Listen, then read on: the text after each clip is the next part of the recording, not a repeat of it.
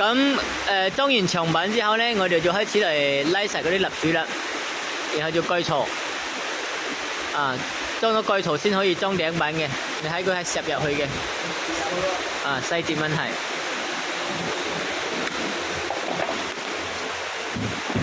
好，棟框都係咁樣。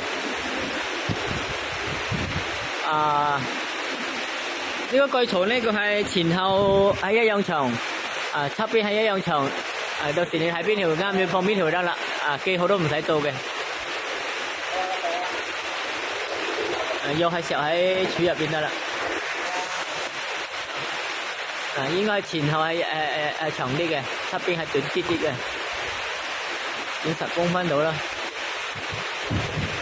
好，咁棟框都係咁樣裝得啦。係咪？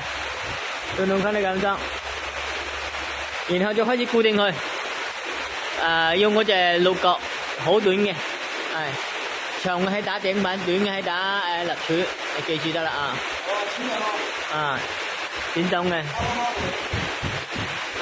拖龍仔我哋配咗俾你啦，釘又配咗俾你啦。啊，你裝上你嘅家用手電鑽一轉就得噶啦。每個方向啊，每條立柱4個角。都2個方向嘅，係呢邊都要係，咁樣要拉實啦，兩邊都要拉實啦，就係咁嘅意思。我哋就演示一個角得啦，記住啦，每個角都係咁樣打。